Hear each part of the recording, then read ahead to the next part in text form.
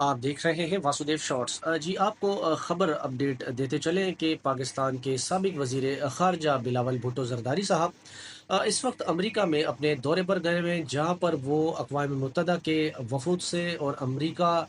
रूस और चाइना के वफद से भी मुलाकात कर रहे हैं और वहां पर वो पाकिस्तान का मुकदमा पेश करेंगे, जो पहलगाम वाक़े के बाद भारत ने जिस तरह से पाकिस्तान पर इल्ज़ाम तराशी की कि ये पाकिस्तान की जानिब से ये हमला किया गया है, दहशत गर्दी का वाक़या किया गया है। तो इसके बाद हुआ ये कि पाकिस्तान ने इंडिया को ये ऑफ़र किया कि भाई हम एक तहकीकात कर लेते हैं। जेन्युइन किस्म की इंटरनेशनल लेवल टाइप की एक तहकीकात होगी, जिसमें इंटरनेशनल मुबसरीन भी होंगे। लेकिन भारत जो है मुसलसल पाकिस्तान के इस क्लेम को ठुकराता रहा और पाकिस्तान को ये ऑफ़र जो है भारत ने कबूल ना की। और फिर पहलगाम वाक़े के बाद जो हुआ वो सबके सामने है कि भारत को ऑपरेशन सिंदूर में किस तरह नाकामयाबी का सामना करना पड़ा, क्योंकि भारत के जो वज़ीर आज़म मौजूदा हैं नरेंद्र मोदी, उनके सर पर ये आरएसएस आइडियोलॉजी जो है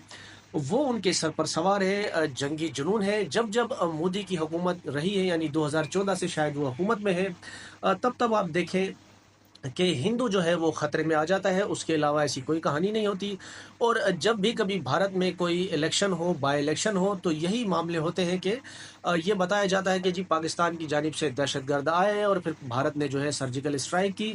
और फिर यूं प्रोपोगेंडा किया जाता है जैसा कि मोदी अब जंग हार गए हैं, लेकिन उसके बावजूद भी पूरे भारत भर में वो घूम रहे हैं, ये दंदनाते फिर रहे हैं कि हमने जंग जीत ली। हालांकि दुनिया के जो मुबसरीन हैं वो बताते हैं कि पाकिस्तान ने भारत को बड़ी ज़बरदस्त डेंट लगाई है, जिस तरह से उनके 6 से 7 तैयारे भी मार गिराए हैं। तो इसी सिलसिले में भारत ने भी अपना एक वफद बाहर भेजा हुआ है और पाकिस्तान ने भी एक भेजा। तो पाकिस्तान से बिलावल भुट्टो की ज़ेर सदारत जो है एक वफद गया हुआ है अक़वाम मुत्तहदा में, जहाँ पर पाकिस्तान के हवाले से बिलावल भुट्टो साहब ने केस रखा है कि जी अब इंडिया ने जो है वो पाकिस्तान की ऑफ़र कबूल नहीं की, शफाफ तहकीकात की और पाकिस्तान पर इल्ज़ाम तराशी करता रहा और उसके बाद हमला भी किया। वो तो बिलावल भुट्टो साहब ने कहा कि हमने तहम्मुल का मुज़ाहरा किया, वरना हमने भारत के 20 के करीब तैयारे जो है मार गिराने के लिए लॉक कर दिए थे, लेकिन हमने 6 तैयारे गिराए, ऐसा कहना है बिलावल भुट्टो साहब का। मजीद उन्होंने कहा कि पाकिस्तान खुद दहशत गर्दी का शिकार है। उनकी वालदा जो है वो भी दहशत गर्दी के नतीजे में गई। दहशत गर्दी दोनों मुल्कों का उन्होंने कहा कि मुश्तरका मसला है, लेकिन हमारी जो अमन की ख्वाहिश है, भारत उसको कमज़ोरी समझ बैठा और फिर पाकिस्तान के ऊपर उन्होंने जारियत भी की। और जिस तरह से भारत ने पानी भी रोका हुआ है पाकिस्तान का, ये भी एक आबी जारियत है जो बिलावल भुट्टो साहब ने इंडिया के हवाले से, यानी जो मोदी की ख़ास तौर पर हुकूमत है, उन्होंने पाकिस्तान के ख़िलाफ़ स्टैंड लिया हुआ है, उसको बाहर की दुनिया में एक्सपोज कर रहे थे कि भारत जो है इस वक्त मोदी की